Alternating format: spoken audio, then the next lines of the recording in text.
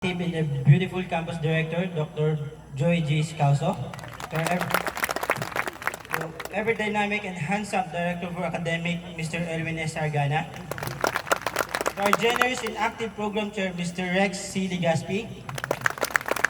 And very supportive replacement coordinator, Ms. Engineer Clisterban C. Conde. And to our kind and guwapo namo na tatay and classroom advisor, Mr. Anthony Golo. And generous, understanding instructor and supportive parents, and to my co-students, good evening everyone. Way back 2020, we're excited to embark the college journey. But suddenly, we are the product of the online learning and we are not allowed to school. Because of the pandemic rather. So we have saying, natuyog na kanunta po, kaya nga naman, pag mata na mo, third year na. Baka bibo.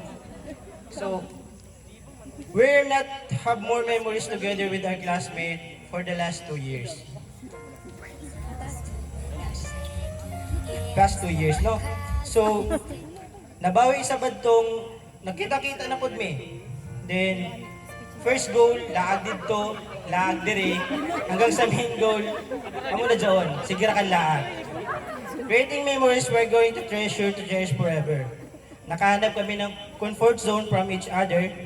Bisan kalisod, kakapoy sa disappointing sometimes, we have still each other lean on na nagsilbi na support system sa amo section.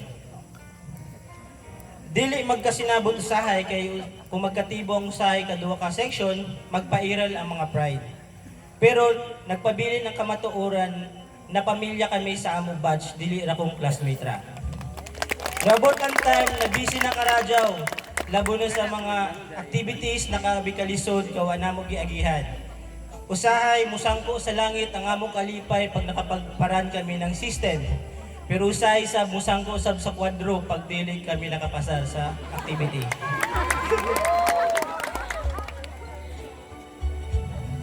Ito. Niabot ang team capstone pero nagbilin gihapon kami ng family gathering o something, tipon-tipon, then nagkasinabot po mi na magtinabangay bisan sa assignment o sa any projects. Kaya nga naman, classmate kami. Then, before kami nga-enter ng college, dahil ako nabatian sa isa ka-instructor na sa college, di mo kailangan na maging listo sa tanan. Kailangan mo makasurvive sa pamamagitan ng iyong classmate o sa mga teacher na willing mo sabot sa iyong paraga.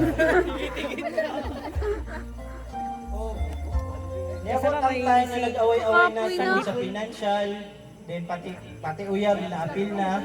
No? Apil na sa away. Kaya hapit naman mo give up sa kalisod sa financial, then sa kakapoy sa tanan, pero still maka-proud gapon kay tagpili gapon ang among mga classmate na magpadadyon. Dili isahay masabtan ng mga parents, kaya nga naman, dili naman good ni masugo sa mga tigbalay.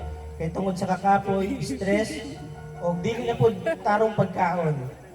Sa mga sleepless night na patago, na pagtuwaw, bisan layaki good mo tuwaw na. No? So sa tanang kakapoy, we will be work it one day in a God's perfect timing, salig lang.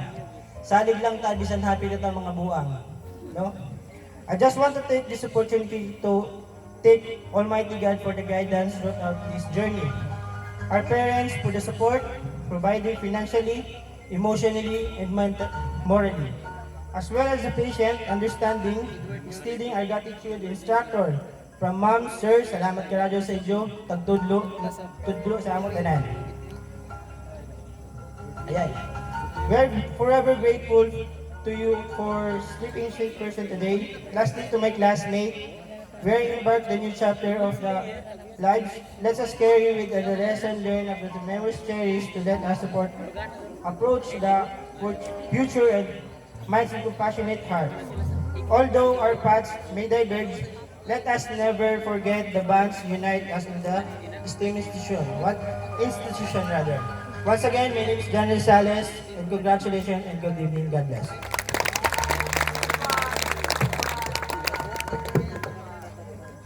Thank you, Mr. John Sales. Next up, from the